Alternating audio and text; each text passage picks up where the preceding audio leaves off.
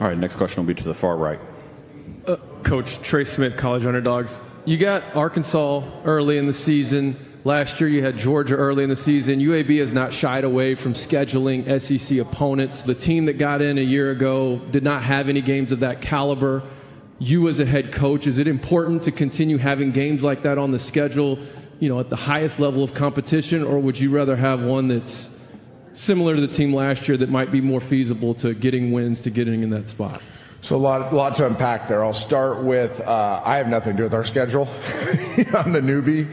I did in the interview process ask Mark Ingram, our AD, what was his philosophy, and he agreed with SEC opponents. Obviously, it's a good payday for the school, which we need. So I agree with that. I would like to play an SEC opponent every year.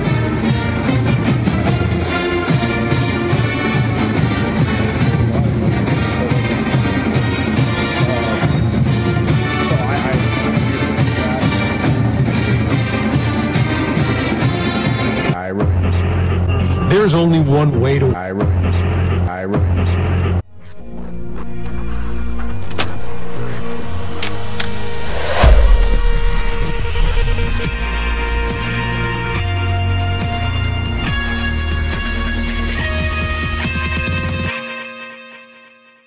What's up, everybody? Welcome to another episode on the College Underdogs YouTube channel. I'm your host, Trey Smith, and we've got an episode today that's going to essentially revolve around that clip you just saw at the top of this video of Trent Dilfer, Coach Trent Dilfer. With all the attention the Coach Alex Golish's soundbite has gotten, and let me just take a moment, okay?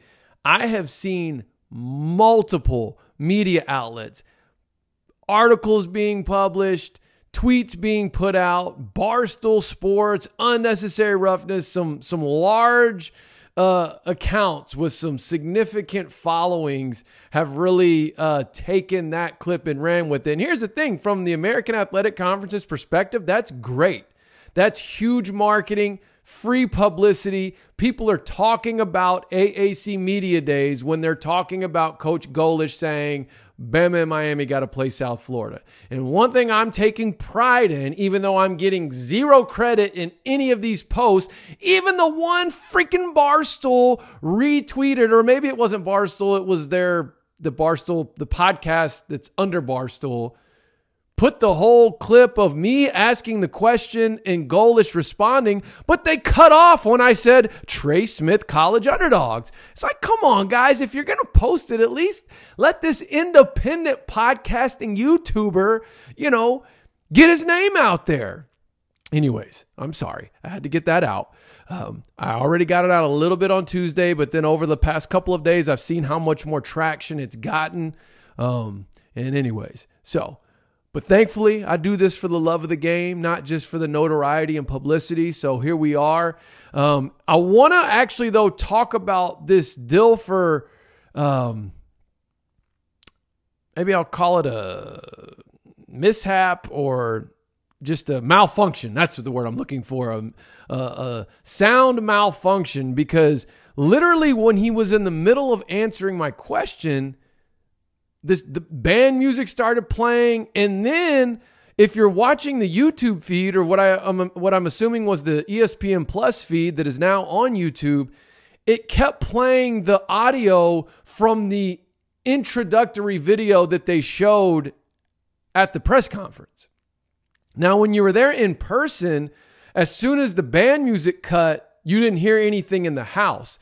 But on the feed, you were still hearing that introductory video playing, and you couldn't hear anything Coach Dilfer was saying. I guess the sort of aha moment that I had was that something he said during that period of time in response to my question, I've been surprised I haven't seen anybody writing any articles about it. No tweets of that particular clip. And I realize it's because nobody heard it. So hardly anyone probably knows that that's what he said. In fact, someone published an article or a full transcript of Trent Dilfer's entire press conference, and that part of it is completely left out, probably because they translated the transcript from YouTube, and that part was interrupted by the music and the additional audio, whatever. But it was kind of funny because it started playing, and Coach Dilfer looks over and he's like, does that mean I have to get off the stage? And he was like, ha, ha, ha. And you saw the communication guys for the conference looking back at the sound guy like, what's going on? And they got the band music to cut pretty quick, but it looks like on the YouTube feed, whatever they were doing back there on the soundboard, they just kept letting the other one roll. And the part that I'm referencing here that Dilfer said was, I'd asked him about competition, as you heard. I'd asked him almost the identical question I asked Coach Golish, because I really wanted to get both of their perspectives on that, given the schedule that they played and that they're set to play. And really with UAB, they have a history of playing against SEC opponents. And Dilfer said, I'm not trying to be a soundbite guy, but I really disagree with last year's decision. And he was talking specifically about the committee's decision to put Liberty in over SMU. Now, I want to talk about this for just a second and revisit this discussion, because I know there are some Liberty fans that watch this show, which I'm thankful for and I appreciate. When I go down this road I'm about to go down, it is not meant to be a knock on Liberty. Okay? It is a knock on the committee. It is not meant to diminish Liberty's undefeated conference championship season at all. All I'm simply trying to bring to the spotlight here is that the committee chose a team who had, according to one source, the 123rd ranked strength of schedule. Some of them have even ranked worse than that, as the representative for the entire group of 5 in the New Year's Six. And for me, given the platform that I steward right here at College Underdogs, I'm always going to advocate for who I think would be the most formidable representative of the group of 5. And last year, I believe SMU would have been that team. Now, look, they're ACC now. They're not even a part of this anymore. But when I look at SMU and I watched that team play, particularly how they were playing down the stretch and against the competition they played against. And listen, I know they got waxed by TCU. They went into Norman. They put up a heck of a fight, which Coach Dilfer also referenced, and he felt like that should have been rewarded. They put up a heck of a fight. They came up short. Now, the final score doesn't tell the story of the game, because deep into the third quarter, really going into the fourth quarter, SMU had OU on the ropes. There was a costly fumble. I think it was Knighton, SMU's running back. He was actually hitting open field, and he just dropped the ball, if I remember correctly. But I'm talking about SMU's front 7, their run game. That team, I believe, would have put up a better showing against Oregon. And who knows, the way the committee may have done it is they may have matched them up against Florida State and put Georgia against Oregon. I don't know. Probably not, because they're trying to get rid of G5, so they're probably trying to give them the worst possible matchup they could. But I just felt like that SMU, based on, one, the strength of their schedule, which was much more difficult than Liberty's. Now, I know what the argument is. Yeah, but they lost those 2 games. So, they need to win those games if you want them to be weighted. I disagree with that. I think how well you compete in those games should be weighted differently than a team who just beats 8 teams that went either 3-9 or 4-8. I personally believe that. But I also think that SMU had two road wins that were head and shoulders above any win that Liberty had. And again, I'm not saying this to take away from Liberty. And I'm definitely not saying this to try to pump up SMU. SMU's not even in the G5 anymore. Okay? That's not what I'm saying. I'm just saying from someone, like I said, who has this platform that wants the best possible representative in that spot, especially now that it's going to be a playoff spot. I just think that the committee should start to weigh strength of schedule more than what they did last year. And what frustrated me last year was that there was also a double standard in who got the 4th playoff spot versus who got the G5 New Year's 6 bid. Because technically, they awarded the G5 team with the best record and season on paper. And they did not reward that team for the top 4, which was Florida State. Florida State was an undefeated Power 5 conference champion. They deserved to be in the top 4 based off the criteria they set. So I just, again, and I know, feel free. If you're a Liberty fan watching, I fully embrace your disagreements and you're welcome to put them in the comments. I totally get it.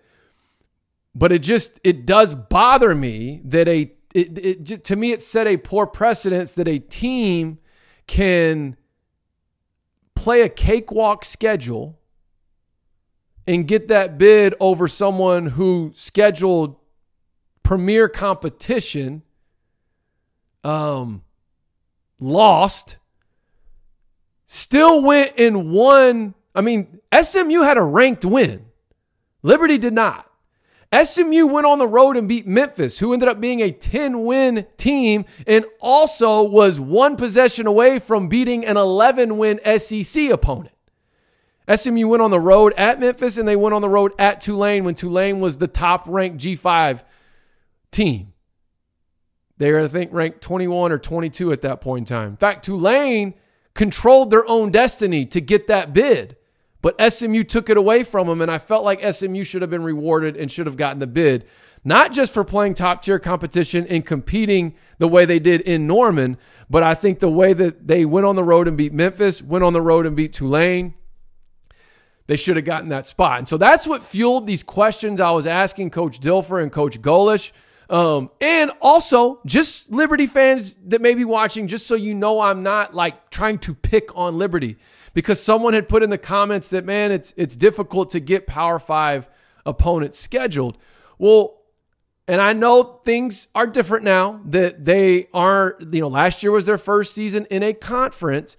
However, if you look at the Hugh Freeze era, and I know they were an independent, but they were playing multiple 3 to 4 Power 5 opponents per season. And they were winning some of those games. They had a road SEC win. In fact, if Liberty would have just played a non-conference, would have played a few of the teams in the non-conference they played in 2022 last season, I'm shutting up. I'm not even having this conversation. I just felt like that SMU's schedule, both non-conference and conference, was much tougher than Liberty's, and them at 11-2 would have been a more deserving New Year's 6 representative than a 13-0 given the schedule Liberty played. Now, look, new season, Liberty's got App State, Liberty's got ECU, who I think is going to be much more improved. I think it's going to be a tougher road for Liberty. Now, they still don't have any Power 5 matchups. And so I don't know if something's changed going from the prior years. Like I don't know if getting into a conference has suddenly made it difficult for them to schedule Power 5 opponents. But in my opinion, man, that's and it doesn't help that the Conference USA was the weakest G5 conference last year. Especially with the new additions. I mean, they had just gotten rated by the AAC after the AAC got rated by the Big 12. So that doesn't help the case either, that they had the weakest G5 and they played the weakest non-conference schedule. And so anyways, Coach Dilfer had made his point pretty strongly that he felt that the committee made the wrong decision. And I just thought it was interesting that, Coach Golish's is just like, it's blown up. It's become like there's still stuff being put out about it even today. Like, we're a couple days removed from AAC Media Days, and there's probably been more talk coming out of AAC Media Days than Big Ten or, I guess Big 12 got a lot of run when Yormark made his comments about we're still open for business, and there was a couple other, I think Gundy had something in there, and there were a couple others, Coach Prime, Deion Sanders. But what was the other one this week? Is it just the Big Ten? When was the SEC? Last week? Either way, I feel like we've seen more publicity around Golish, and I thought, man, I'm surprised Coach Dilfer hadn't gotten more attention. And another reason is because a lot of times media looks to, they like to if they can put Dilfer out there in a certain way, or they can take something of his and run with it, they will, because he's a very influential, high-profile individual beyond just the position of the head coach at UAB. And so, he said it, but obviously if you go back, you can go to the top of this video and see that what the feed sent through, you couldn't even hear it. You could probably go read his lips now that you know what he said. But, and maybe that was a divine intervention or something. Maybe they didn't want old Dilfer to get any kind of publicity like that or to stir anything up. But, I don't know. That's the only thing that sort of concerns me with the expanded playoff is how much that will be weighted. Now, Tulane, Memphis, UTSA, if an AAC team or even a Mountain West team or a Sun Belt team is able to finish their season with one loss, they're probably going to, like, if let's say the same thing happens this year and you have a Memphis team that's 12-1 and their only loss was on the road to Florida State, or let's say USF is 12-1 and their only loss was to either Miami or Bama, right? On the actually only one of those I believe is on the road. I think that would get in over an undefeated Liberty this year, given Liberty's schedule. But a couple years ago, Tulane got in at 11-2. I thought SMU would get the same treatment, and they didn't. And even though SMU, like I said, they had a ranked win, they were on the road at Memphis, had that win. I feel like Memphis got gypped early in the season. They probably could have been in the, well, I don't know. I guess that Missouri game really hurt. But, they did. They played Missouri tougher than most of the SEC teams played them.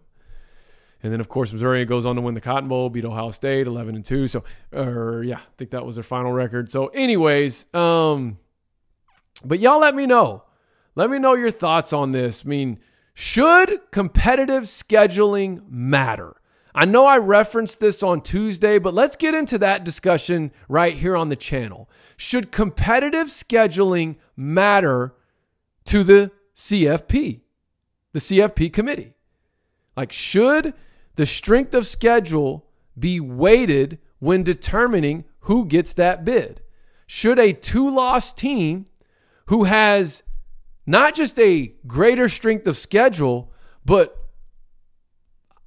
higher caliber wins, like a ranked win, a ranked conference win, plus another conference win that was on the road against a team that was a 10-win team who was also playing a quality schedule, like, should that be weighted higher than a team that runs the table on the schedule they have and wins their conference championship undefeated? What do you think? Because I know there's two sides to this, and I know if you're a Liberty fan, I'm not trying to